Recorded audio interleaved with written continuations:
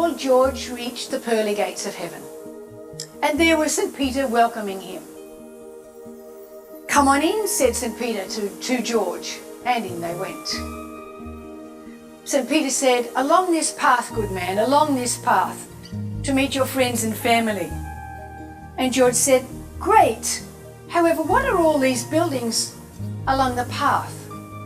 These tall buildings, sort of concrete and no windows. What are these?"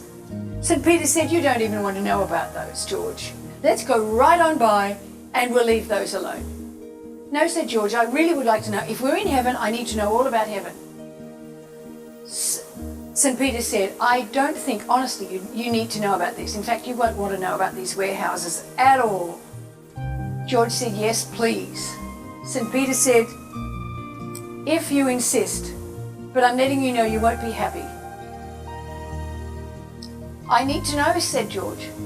"What, if I'm to live in heaven for a while, I need to know all about it." So they went up to one door. "Are you sure?" said St. Peter. "Yes," said George. St. Peter opened the door. In they went. Floor to ceiling, there were shelves with boxes and boxes and boxes. Floor to ceiling. Lots and lots and lots of boxes. And there were more and more warehouses. And George said, "This is strange. What is in the box, each of these boxes?" "Let's go and look then, if you insist," said St. Peter. George said, "There's a name on each box." "Why is there a name on each box?" St. Peter said, "I really don't think you want to know, but if you insist, I will let you know." George said, "Come on, we've come this far. Tell me what's going on."